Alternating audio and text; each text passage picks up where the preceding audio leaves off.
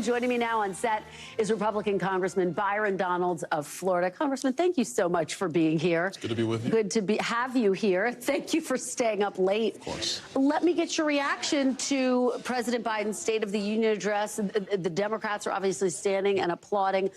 Didn't see much standing and applauding on the Republican side. Not a surprise, but what did you make of the speech? Well, it was highly partisan. And I think what the president was trying to do is rally his base. But he didn't talk about the conditions of the country. He didn't really bring solutions for the conditions and the crises in the country. He talked about things he wanted to do, but if you add up all of the laundry list, it would add another $1 trillion to our annual deficits on top of the $2 trillion annual deficits under Joe Biden. How are the American people supposed to pay for this? He talks inflation. Everything he wants to do is only going to create more of it. You're talking about, for example, one of his proposals is actually to raise taxes on large corporations, on wealthy Americans, not touching taxes for anyone who makes $400,000. Why is that something that you disagree with? He says people who make more money should pay their fair share. Well, a couple of things. First of all, that didn't apply to his son because his son evaded taxes. Number two, if you start raising corporate taxes in a time where inflation is still high, you're actually going to depress economic growth in our country, not increase it. And number three, the Tax Cut and Jobs Act that he referenced in his speech has raised more revenue for the federal treasury than at any other time in American history. It actually has brought in record revenue to the federal government.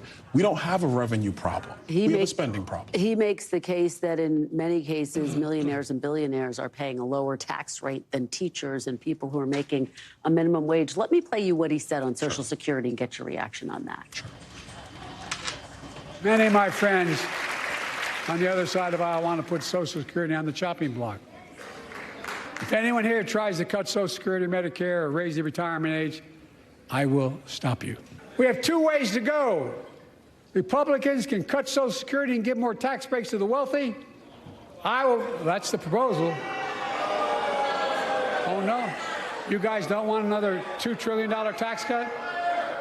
I kind of thought that's what your plan was. Well, that's good to hear.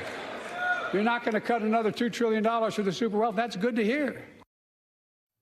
What do you make of that? A couple things. First of all, the president's gaslighting the American people. The Congressional Budget Office and OMB don't even agree with his numbers when it comes to tax policy that was written by Republicans, which has been successful for the country. But when it comes to Social Security, Republicans have brought no proposal about Social Security. But we do say that the CBO has said the programs go insolvent in 9 years. When they go insolvent, it will be a 22% benefit cut across the board for all seniors. So Congress does have to find a remedy to secure Social Security for the long run. What would you support? Would you support raising the retirement age, for example? Or are you basically saying there do need to be reforms? Look, I think there's a lot of proposals that members of Congress have been debating and talking about. Yeah. The first part is you have to have a serious conversation with the American people, not a political conversation, because the results of Social Security going insolvent are going to be disastrous for everyone. Right. Well, there's no doubt that is a problem. The question is, what do you do about it? How do you keep it solvent? But let me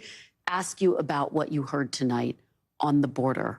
The fact that President Biden effectively tried to paint Congress as a do-nothing Congress. He said, look, we had a bipartisan deal. And then Donald Trump came and said, don't accept this deal unless it's a perfect deal. It was a deal that Senator Lindsey Graham had praised. It was a deal that didn't include a pathway to citizenship.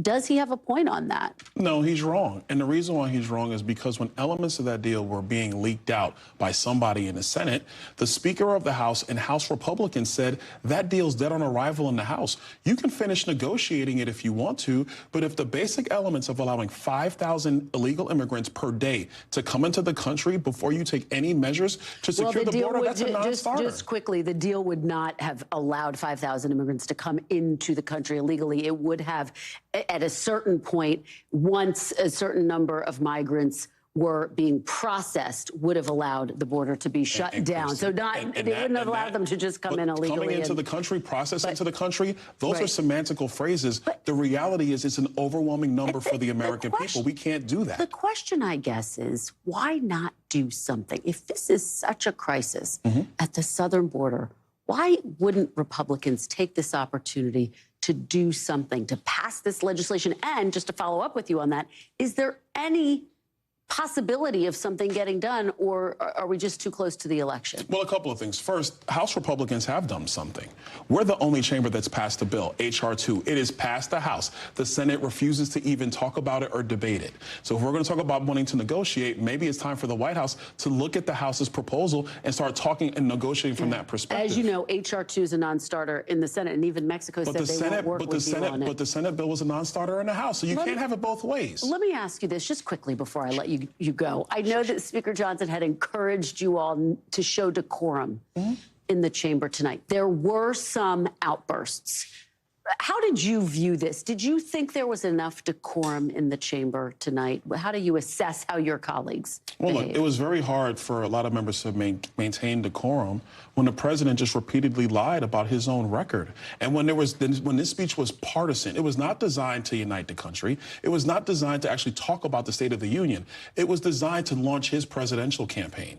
Members didn't want to sit there for that, and so you had some outbursts, yes. And you didn't have a problem with that, with the outbursts? Listen, at this point, we just want solutions for the country, and that did not occur tonight. All right. Congressman Byron Donalds, good to see you in person. Thank you so much. Thanks for watching. Stay updated about breaking news and top stories on the NBC News app or follow us on social media.